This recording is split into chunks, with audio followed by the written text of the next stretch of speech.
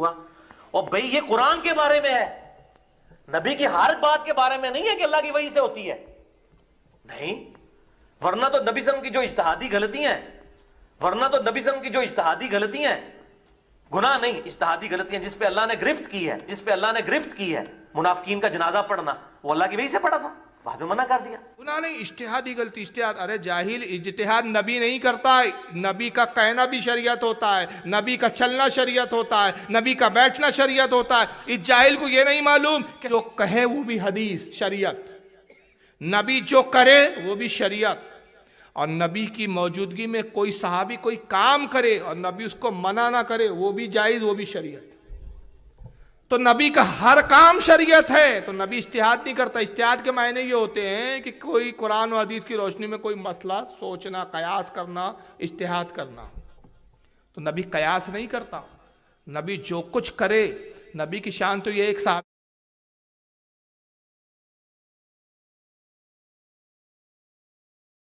لوگ جاہل وقت ہے یہ، تو صحابہ تو ان کے نزدیک کافر ہے، یہی نہیں بلکہ معاذ اللہ صحابہ کرام بدعتی بھی ہے ان کے نزدیک۔ بدعت اور شرک کا ایسا ان کو ایسا پھیلا ہوا ہے اس جماعت میں کہ صرف سنیوں کو بدعتی نہیں بولتے، صحابہ کو بھی نہیں چھوڑتے۔ یہ مرزا صاحب ذرا سنیے، حضرت عمر کو بدعتی بول رہا ہے کم بخت، سنیے صاحب۔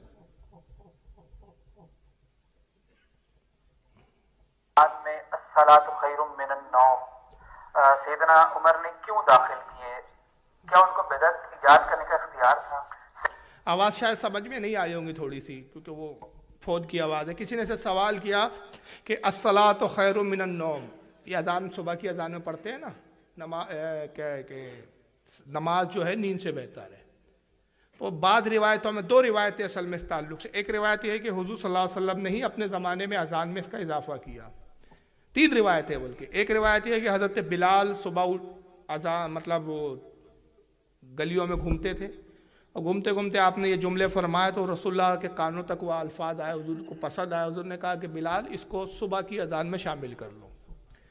تیسری روایت یہ ہے کہ حضرت عمر نے اپنے دور خلافت میں اس کا اضافہ کیا۔ سوال کرنے والا وہ تیسری روایت کی بنیاد پر سوال کر رہا ہے کہ حضرت عمر نے الصلاۃ خیر من النوم یہ کیوں شامل کیا؟ کیا حضرت عمر کوئی اتھارٹی تھی کہ وہ دین میں کوئی چیز داخل کر سکے؟ ملا جی جواب کیا دے؟ ملا تو ہے نہیں، جاہل جی کیا جواب دیتے ذرا سنیے۔ کیا ان کو بدعت ایجاد کرنے کا اختیار تھا؟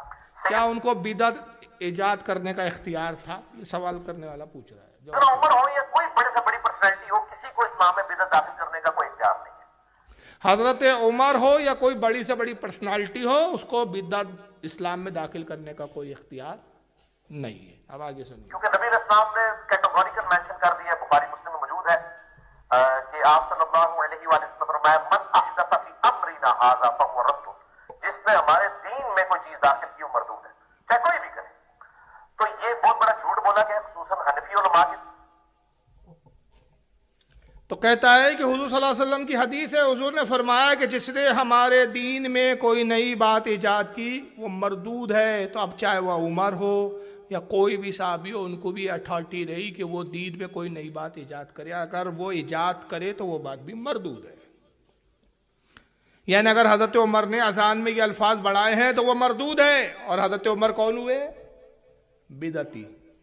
مگر کیا کرے صاحب، جاہل کو کچھ عطا پتہ ہے نہیں، اس کو نہ اول تو بدعت کی تعریف معلوم اور نہ اس کا حدیث سے اس تعلق سے اس کو پتہ۔ سب سے پہلی بات یہ کہ بہت سی اگر ایسی یعنی صحابہ نے کوئی کام کیا اس کو اگر آپ بدعت کہہ رہے ہیں تو ایسی بہت ساری بدعت ہے جس پہ مرزا کا بھی عمل ہے، اور نہ چاہتے اس کا باپ بھی اس کو ہٹا نہیں سکتا۔ صرف اذان میں ہی یہ الفاظ کا معاملہ نہیں ہے، قرآن کتابی شکل میں جمع کیا گیا، یہ حضرت ابو بکر صدیق کی بدعت ہے، تو یہ پھر وہ قرآن پڑھنا بند کر دے کتابی شکل والا۔ اور اس کی باقاعدہ بخاری میں روایت موجود ہے کہ جب ایک جنگ میں بہت سارے حفاظ شہید ہو گئے تو حضرت عمر ہی تھے جو بار بار حضرت ابو بکر سے کہتے تھے امیر المومنین قرآن کو کتابی شکل میں جمع کر دیجیے۔ اندیشہ ہے کہ اس طرح حفاظ شہید ہوتے رہے تو کئی قرآن دنیا سے ناپید نہ ہو جائے۔ حافظ قرآن شہادت پاتے جا رہے ہیں، انتقال ہو رہے ہیں، شہید ہو رہے ہیں۔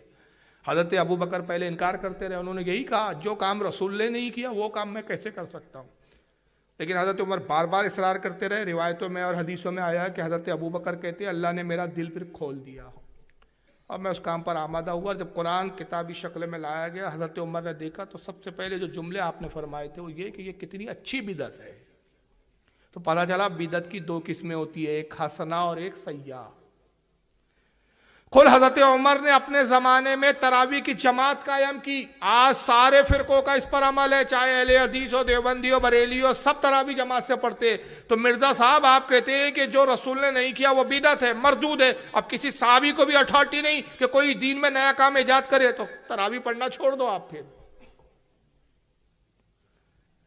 جمعے میں اذان ثانی ہوتی ہے, دوسری اذان. یہ دوسری اذان کا اضافہ کس نے کیا تھا؟ عثمان غنی نے. نہ یہ ابو بکر صدیق کے دور خلافت میں ہوئی, نہ حضرت عمر کے دور خلافت میں, نہ رسول اللہ کے. آج کون سا فرقہ ہے جن کی مساجد میں دو اذانیں نہیں ہوتی جمعے کے دن؟ اذان ثانی کی بنیاد اور ایجاد کرنے والے حضرت عثمان غنی. اس پہ تمام صحابہ کا اتفاق ہو گیا. تو صحابہ کا عمل بدعت نہیں ہوتا. کیوں نہیں ہوتا؟ اس کے لیے میں دو حدیثیں سنا دیتا ہوں. ایک حدیث تو مشہور ہے جو آپ نے بارہا سنی ہوگی. پتہ نہیں جاہل کو یہ کانوں میں حدیث آئی کہ نہیں, کیونکہ حضور نے پہلے ہی بتا دیا تھا کہ جو میں کام کر رہا ہوں وہ بھی سنت ہے, وہ میری سنت ہے. اور میرے خلفائے راشدین جو جلیل قدر صحابہ ہوں گے, جو میرے بعد خلیفہ ہوں گے, اگر وہ کوئی کام نیا ایجاد کرے جو دین سے اور میری سنت سے نہ ٹکراتا ہو تو اس پر بھی ثواب ہے, اور اس کو بھی حضور نے سنت سے تعبیر کیا. چنانچہ صحیح بخاری کے اندر یہ الفاظ ہے, ابو داؤد میں ہے, ترمذی میں ہے, ابن ماجہ میں ہے, ابن حبان میں اپنی صحیح میں, بہت سی کتابوں میں الفاظ ہے کہ جو ہے رسول اللہ فرماتے فَعَلَيْكُمْ بِسُنَّتِي وَسُنَّتِ الْخُلَفَاءِ الرَّاشِدِينَ, کہ لوگوں تم پر لازم ہے میری سنت کی پیروی کرنا اور میرے بعد میرے خلفائے راشدین کی سنت کی پیروی. تو حضور نے خلفائے راشدین کے کاموں کو بھی سنت کہا, بدعت نہیں کہا. مرزا صاحب کی عقل دیکھو, صحابی بھی اگر کچھ کرے تو بدعت, یعنی صحابہ تو بدعت کر سکتے, یہ دودھ کے دھلے ہوئے بیٹھے ہوئے خالص اسلام لے کے بیٹھے ہوئے. اور ایک دوسری بڑی پیاری حدیث ہے, میں دکھا دیتا اور دکھا کر پڑھوں گا تو مزہ آئے گا. ذرا سنیے, یہ ترمذی شریف ہے آپ کے سامنے. ایک منٹ دیکھیں حضور صلی اللہ علیہ وسلم نے کتنے واضح الفاظ میں یہاں جملے فرمائے. یہ جامع ترمذی کتاب المناقب اور باب حدیث نمبر 3663. حضرت حذیفہ سے روایت عن حذیفہ رضی اللہ عنہ قال كنا جلوسا عند النبي صلی اللہ علیہ وسلم فقال. حضرت حذیفہ کہتے ہیں کہ ہم رسول اللہ کے ساتھ بیٹھے ہوئے تھے ایک مجلس میں, تو تبھی رسول اللہ نے فرمایا انی لا ادری ما بقائی فیکم, کہ لوگوں میں نہیں جانتا کہ میں تم میں کب تک رہوں گا, یعنی میرا انتقال بس ہونے والا ہے, وقت آ گیا کہ میں اپنے رب کی بارگاہ میں چلے جاؤں. فاقتدوا بالذین من بعدی, میرے بعد کس کی پیروی کرو گے, کس کے طریقے پر چلوں گے؟ وَإِشَارَ إِلَىٰ أَبَا بَكْرٍ وَعُمَرَ, اور آپ نے پھر ابو بکر عمر کی طرف اشارہ کیا, کہا میرے بعد اگر تم پیروی کرو گے تو ابو بکر اور عمر کی پیروی کرنا. تب حضرت عمر کا عمل جو ہے وہ بدعت نہیں ہوا, وہ بھی سنت ہوگا. اب ایک چیز اور دیکھ لیں آپ,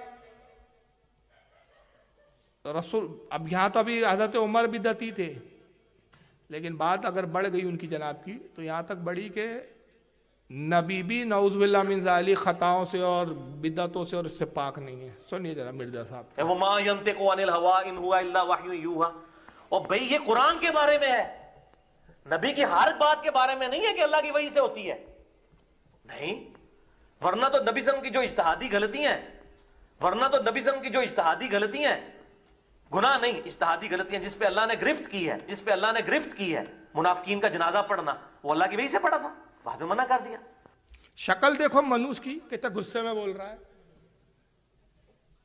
جیسے یہ خدا ہے حضور سے حساب لے رہا ہے. اصل میں قرآن عظیم کی آیت ہے سورہ نجم کی. سورہ نجم کی آیت نمبر 3 ہے, جس میں اللہ نے اپنے محبوب کی تعریف بیان کی, خوبی بیان کی, اور فرمایا کہ ہمارے محبوب کی شان کیا ہے. وَمَا يَنْطِقُ عَنِ الْهَوَىٰ, ہمارا محبوب اپنی خواہش سے نہیں کہتا, اپنی مرضی سے کچھ بات نہیں کرتا, اپنی مرضی سے کوئی کام نہیں کرتا. کب کرتا؟ ان ہوا الا وحی یوحا, جب تک ہم اس کی طرف وحی نہیں کرتے وہ ہماری وحی کے بغیر کوئی کام کرتا نہیں ہے. یعنی رسول اللہ اللہ کی حفاظت میں ہے. مولوی جی کہتے ہیں کہ یہ صرف قرآن کے بارے میں ہے کہ قرآن میں نبی غلطی نہیں کر سکتے, باقی دوسرے معاملوں میں غلطی ہو سکتی ہے.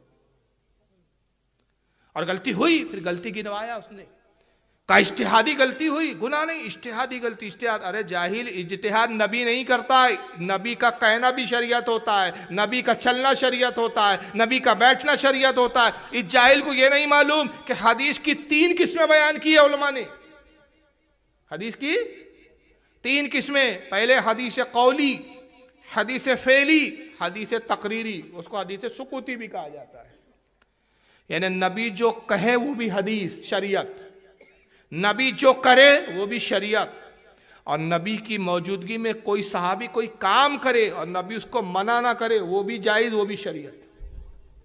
تو نبی کا ہر کام شریعت ہے، تو نبی اجتہاد نہیں کرتا۔ اجتہاد کے معنی یہ ہوتے ہیں کہ کوئی قرآن و حدیث کی روشنی میں کوئی مسئلہ سوچنا، قیاس کرنا، اجتہاد کرنا، تو نبی قیاس نہیں کرتا، نبی جو کچھ کرے، نبی کی شان تو یہ ایک صحابی کھڑے ہوئے، ایک صحابہ بیٹھے ہوئے، حضور کی حدیث ہے، صحیح بخاری میں ہے، صحیح مسلم میں ہے، معتبر کتابوں میں، اللہ کے نبی نے کہا لوگو اللہ نے مجھ پر وحی نازل کی کہ تم پر حج فرض کیا گیا، مسلمانوں پر حج فرض کیا گیا۔ ایک صحابی کھڑے ہوئے، یا رسول اللہ ہر سال؟ حضور خاموش تھے، کچھ نہیں کہا۔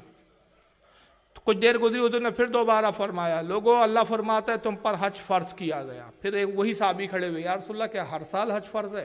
حضور پھر خاموش ہے۔ تیسری بار حضور نے پھر وہی آیت کریمہ پڑھی، کیا ایمان والو تم پر اللہ نے حج فرض کیا اگر تم استطاعت رکھتے ہو؟ پھر صحابی کھڑے ہوئے، یا رسول اللہ ہر سال؟ حضور نے کہا بیٹھ جاؤ، خدا کی قسم اگر میں ہاں کہتا تو ہر سال فرض ہو جاتا، تو تم وہ سوال نہ کرو کہ جس کا میں جواب دوں تو پھر تمہارے لیے تکلیف کا سبب بن جائے۔ حضور نے مسواک کے بارے میں فرمایا کہ میں مسواک کرتا ہوں، مجھے مسواک پسند ہے، لیکن میں بیچ بیچ میں مسواک چھوڑ دیتا ہوں، اگر مجھے یہ اندیشہ نہ ہوتا کہ مسواک کرنا ہر وضو سے پہلے تم پر بھاری ہوگا تو میں تمہیں ہر وضو سے پہلے مسواک کرنا فرض قرار دے دیتا۔ اختیار ہے، اللہ نے اختیار دیا نبی کو، جس کے لیے جو چاہے حلال فرما دے، جس کے لیے جو چاہے حرام فرما دے۔ جی بس ختم کر رہا ہوں۔ تو حضور صلی اللہ علیہ وسلم کا فعل ہی شریعت اور وہ ہوتا ہے، عمل کے لائق ہوتا ہے، اور حضور نے جو کیا اس پر امت عمل کرے وہ سنت ہے اور اس پر بھی ثواب ہے۔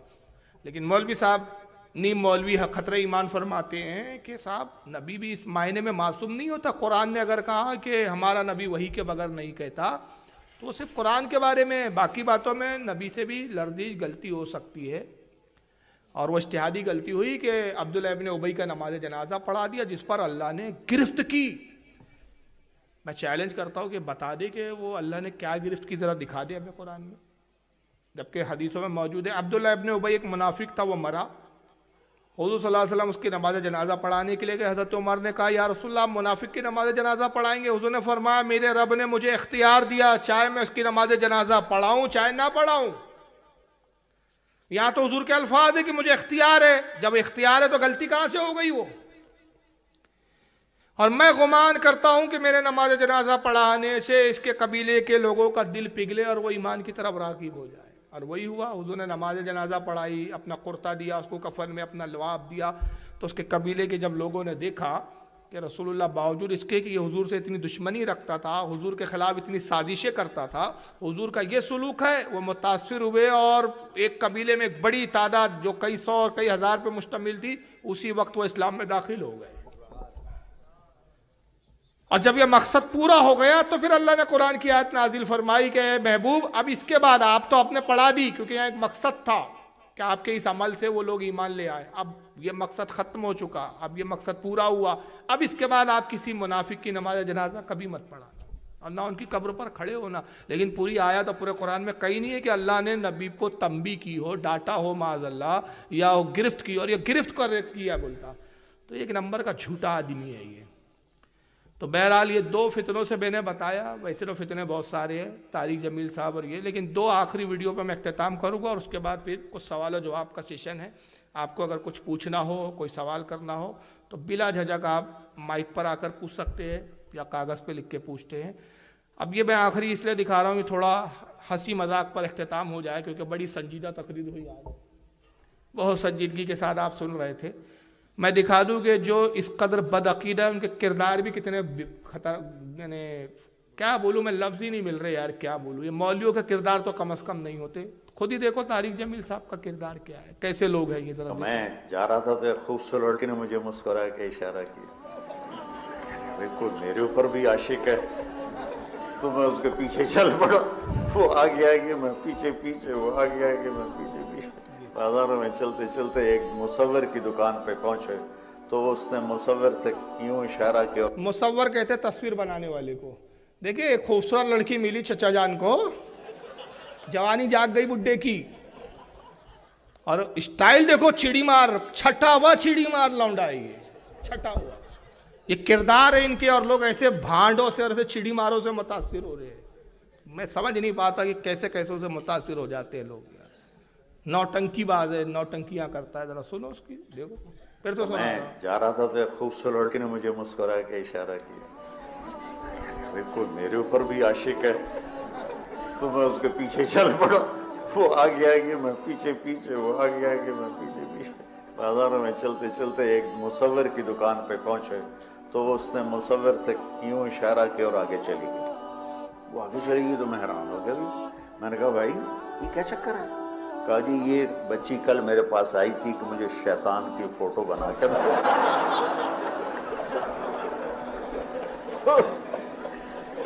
تو میں نے اس سے کہا بیٹی میں نے تو شیطان دیکھا نہیں, تو مجھے دکھا, تو میں اس کا فوٹو بناؤں.